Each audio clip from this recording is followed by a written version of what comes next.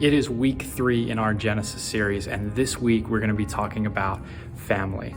Every family is different and every family is unique, whether it's the amount of people in it, the characters in it, or even each family has their own traditions and history. Some families are really positive. When you think about your family, maybe it makes you feel warm and fuzzy inside. Other families are broken and there's a lot of hurt and pain involved within your family. But whether it's good or bad, this is true that every person comes from a family. Every person has a family. And this goes back to the beginning of time, to God creating humans. Last week, we looked at the fact that God created humanity different. Humans are different from the rest of the natural world. There's something unique and special about us as people that separates us from plants and animals. As people, we were created in God's image. But all throughout the Genesis account, God ends the day of creation by saying, "It was good. It was good." He then concludes when he makes man and says that man is very good. Humans are the highlight of God's creation. He made us very good.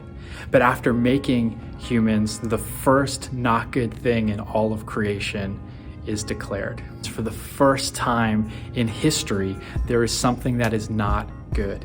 It is not good for man to be alone.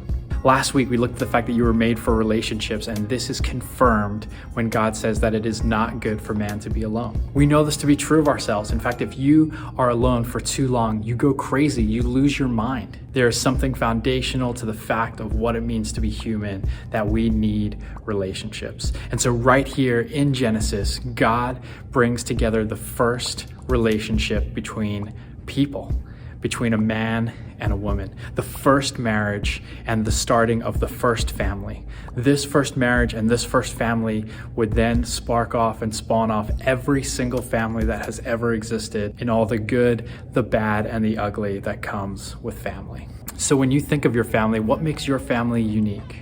What makes your family special? What makes your family different? Whatever it is, God creates family so that we as people are not alone, so that we as people can better image who God is. God exists in relationship, and so when God creates us, he creates us in relationships. Your family exists to show others what God is like. Have you ever thought about your family in that way? Marriage exists for this purpose, so that we can better image God, so we can show people what God is like. That is the point and purpose of marriage, and that is the point and purpose of family.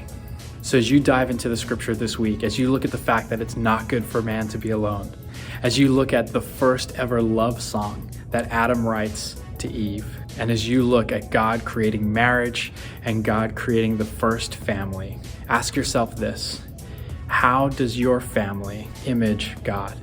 Does your family show other people what God is like? And what role could you play in your family to show other people what God is like? It's not good for people to be alone. That's why we do student groups. That's why God has given you a family. And whether your family is healthy, whether your family is broken, God put you and your family for a reason. So as you dig into Genesis this week, let's walk away and show people what God is like through the way that we interact and love our family. I would love for you to interact, talk about that, and talk with your family this week. Talk to your parents. What have they learned about marriage? What have they learned about God through being married? What have they learned about God from being parents and from their role as parents in your family? This is a great way for you to connect with your parents and see what are they learning about who God is and what God's purpose for family is.